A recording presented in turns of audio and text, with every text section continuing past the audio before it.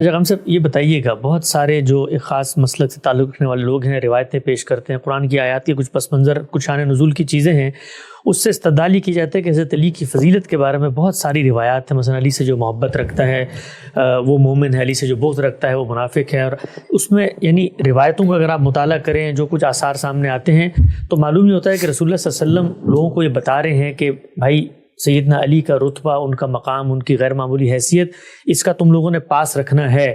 لیکن آگے کے جو معاملات ہوئے، جو نزاعات ہوئے، اس میں تو رسول اللہ صلی اللہ علیہ وسلم کی ہدایت کا کسی نے پاس نہیں رکھا اور بالکل تلواریں لے کر آ گئے۔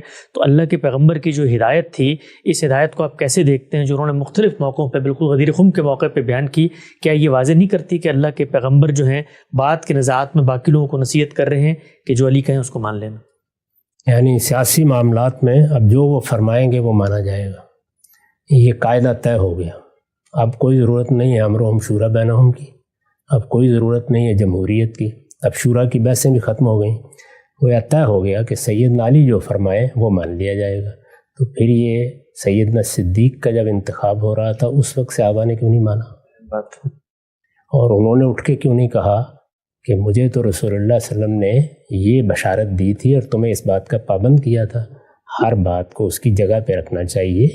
اگر کسی موقع پر محبت کی تلقین کی گئی ہے تو محبت تو اللہ کے پیغمبر کے ایک ایک ساتھی سے ہونی چاہیے، سیدنا علی سے بھی ہونی چاہیے۔ یہ محبت کے منافی کیسے ہو گیا؟ یعنی ہم جب سیدنا صدیق کے کسی اقدام پر نقد کریں گے تو کیا ان کے ساتھ محبت کرنے میں ہم نے کمی کی؟ انسانی معاملات ہیں، ان میں کوئی اختلاف بھی ہوگا، علمی معاملات ہیں، ان میں کوئی رائے بھی مختلف ہوگی۔ اسی طرح نزاعات ہیں، نزاعات میں تو یہ دیکھا جائے گا کہ معاملہ کیا ہے۔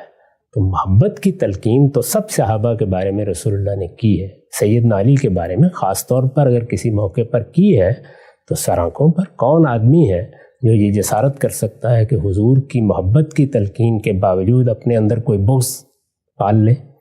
تو یہاں تو یہ سوال ہی نہیں ہے، سوال سیاسی معاملات کا ہے۔ سیاسی معاملات کا اس سے کوئی تعلق نہیں۔ لوگوں کو اپنا حکمران منتخب کرنا ہے، اس کے لیے اللہ تعالیٰ نے یہی طریقہ بتایا ہے کہ امرہم شورا بینہم، مسلمان اپنی رائے سے، اپنے مشورے سے انتخاب کریں گے، اور اگر کسی موقع پر اس کا امکان باقی نہیں رہا تو دنیا میں جو چیز ممکن ہوگی اس کو اختیار کر لیں گے۔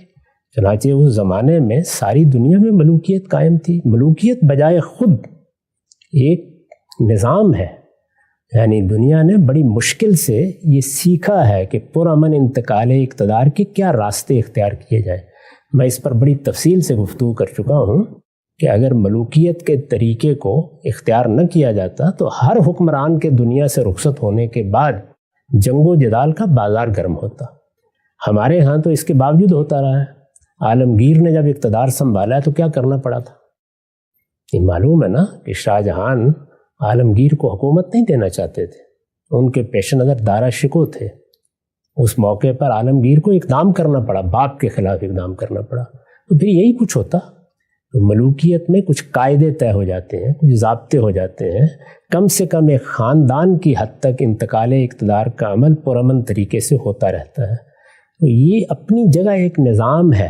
اس میں خرابی اس وقت پیدا ہوتی ہے جب یہ قانون کی حکمرانی کا لحاظ نہیں کرتا۔ اس پر الگ سے گفتگو کرنی چاہیے۔ یعنی اگر ملوکیت میں قانون کی حکمرانی ہے، جس طرح کہ ہم نے بعض اقدامات پر تنقید کر کے بتایا کہ وہاں اسلام کے قانون کا تقاضا یہ تھا، تو پھر وہ ایک نظام ہے جو ان حالات میں اختیار کیا گیا، دنیا نے اختیار کیا، صدیوں تک اختیار کیے رکھا۔ اب بھی یورپ کے ترقی یافتہ 12 سے 13 ممالک ایسے ہیں جن میں بھی بادشاہت قائم ہے۔ کیوں قائم ہے؟ کیا وجہ ہے؟ کچھ اسباب ہیں جو سیاست میں ہوتے ہیں۔ اس کو مذہبی حوالوں سے بالاتر ہو کے سوچنا چاہیے۔